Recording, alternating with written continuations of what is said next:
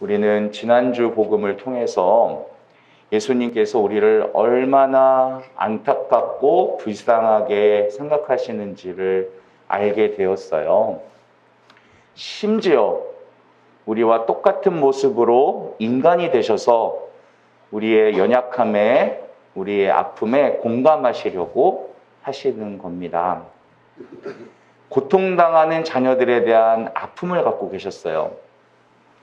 그래서 하느님은 긍휼의 하느님, 긍휼, 참 좋은 한자어인데 우리 가톨릭에서는 요즘 많이 안 쓰고 있어요.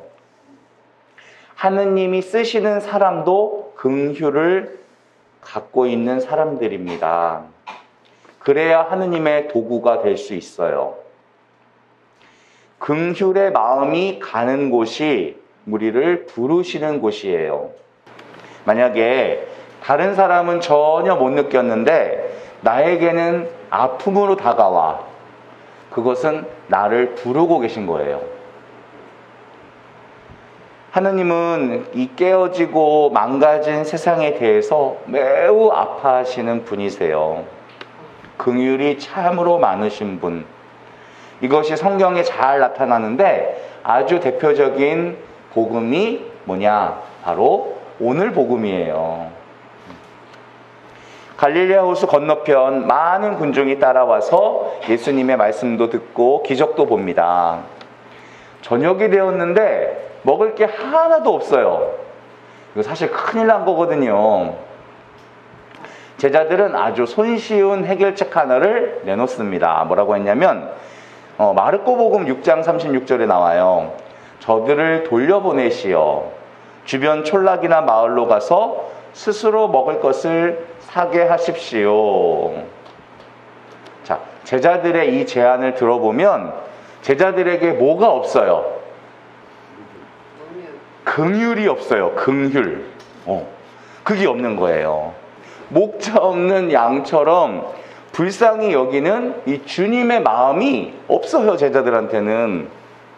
그냥 돌려보내서 알아서 먹게 하자는 거예요. 그때 주님이 제안을 하십니다. 37절, 너희가 그들에게 먹을 것을 주어라. 이 제자들 중에는 참 이 똑똑한 사람이 또 꼭 있어요. 그죠? 어디 가나 계산 잘하는 사람은 꼭 있어요. 200데나리온어치나 됩니다. 예수님 세상 물절 참 모르시는군요. 이러는 거예요. 왜 예수님이 너희가 먹을 것을 주라고 하셨을까? 분명히 당신이 하시려는 일을 이미 알고 계셨대요. 당신이 어차피 기적하실 거잖아요. 제자들을 떠보시려고 했던 거래요. 성경에 나오잖아요. 믿음이 있는지 없는지를 보려고 하신 거예요. 어려운 상황에 대해서 어떻게 반응하는지를 보면은 그 사람의 믿음이 보여요. 제자들은 지극히 상식적인 반응을 하고 있어요. 너희들이 먹을 것을 주라. 이 말씀을 뭔가 하면 아주 피상적으로 대하지 말고 그 문제 안으로 뛰어들어가라는 말씀이거든요. 제자들은 자기와는 상관없는 문제라고 받아들여요. 그리고 사무적인 접근을 합니다. 대화를 해보면 금방 알아요. 지금 이 문제를 풀려고 하고 있는 건지 빨리 그냥 지나가기를 원하는 건지 우리는 일을 하면서도 이런 것을 느끼고 살아갑니다. 여기서 핵심이 뭐냐면 긍휼이에요. 주님은 긍휼의 마음을 갖고 계시지만 제자들은 아니었다. 긍휼의 마음을 가지면 해야 할 일들이 눈에 들어옵니다. 그러면 오병이어의 기적은 어떻게 일어났어요? 긍휼로 일어난 거예요. 누군가 보리빵 5개, 물고기 2마리를 예수님께 가져왔어요. 이거는 참 작고 초라한 것입니다. 교회 전승에 따르면 이 물고기가 이만한 고등어, 참치 아니에요. 멸치 요만한 거. 아주 조그만 물고기였대요. 그래서 이 아이가 자기 먹으려고 싸온 빵 5개, 빵이 이만한 식빵이 아니고 조그만 빵이었대요. 자기 먹으려고 싸온 한 끼 분량입니다. 그런데 그것과 뭘 지금 비교하고 있냐면 장정만도 5,000명. 장정이라는 표현은 성인 남자를 말하는 거예요. 그러면 아이들과 여성들을 포함하면 약 2만 명 정도로 추정한다라고 우리 성경학자들은 말해요. 그런데 어린아이가 가져온 것과는 너무 대조적인 거죠. 어른 한 사람에게는 기별도 안 가는 양이었어요. 근데 몇 명? 2만 명. 인간적으로는 금방 주판을 두들겨 보면 계산이 나오죠. 그런데 우리가 놓치지 말아야 될 게 있어요. 주님이 그것을 사용하셨다라는 거예요. 인간적으로 보기에는 초라해 보일 수 있어요. 사실 언제나 그렇습니다. 하느님의 방식은 세상의 방식과 달랐어요. 세상을 보면 뭘 해도 삐까번쩍해요. 처음에는 대단해요. 화려하고 웅장합니다. 그런데 하느님의 역사는 안 그래요. 겨자씨처럼 미미하고요. 골리앗 앞에선 다윗처럼 쬐까매네요. 다윗이 뭘 들고 있었다고 그랬어요? 짱돌. 이거 무기도 아니잖아요.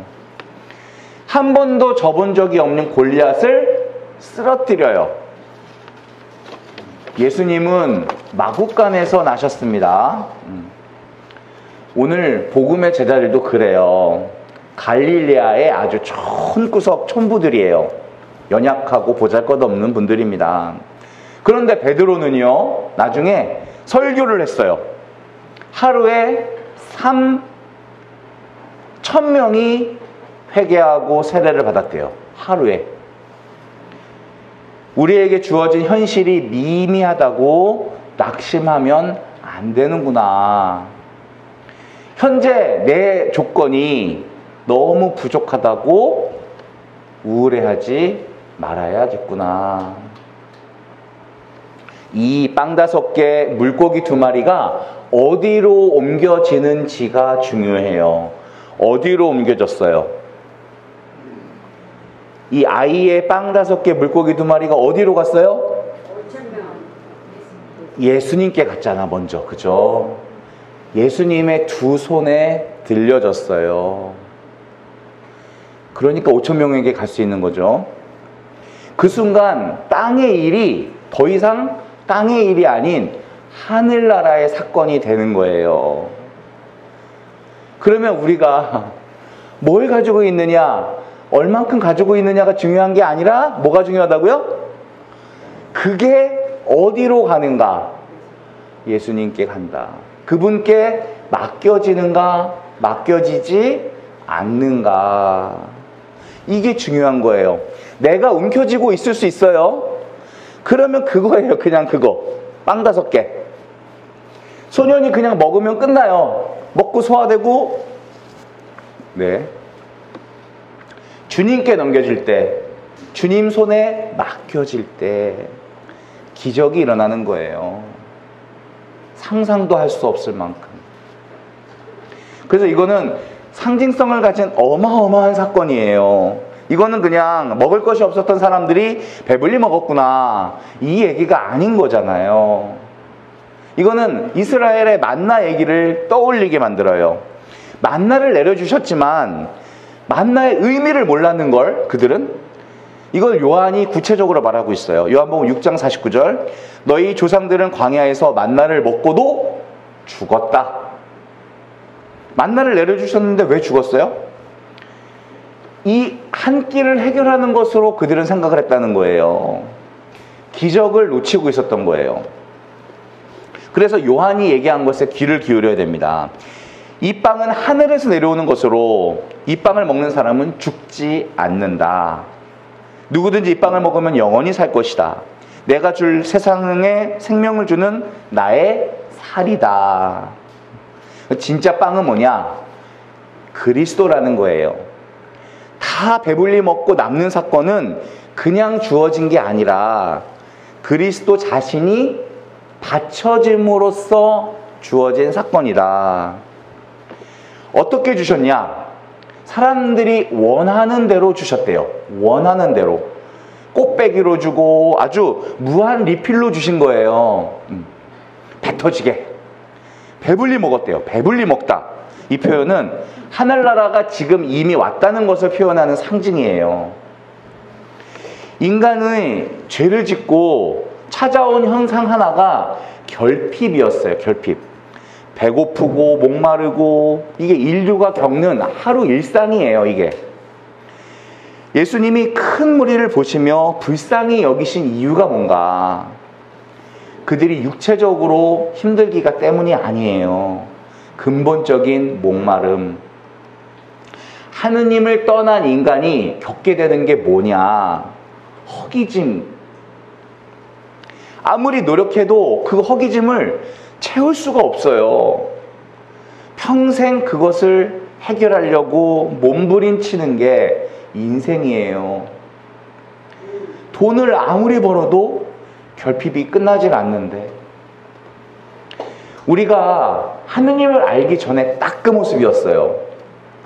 부족함과 결핍에 시달렸습니다. 이스라엘 백성들이 왜 광야에서 불평만 했느냐, 원망만 했느냐? 돌아서면 배가 고팠어요. 이건 빵의 문제가 아니에요. 욕망의 문제다. 아무리 채워도 부족한 거예요.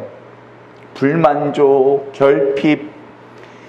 탕자가 집을 떠난 순간부터 그런 결핍이 시작된 거예요.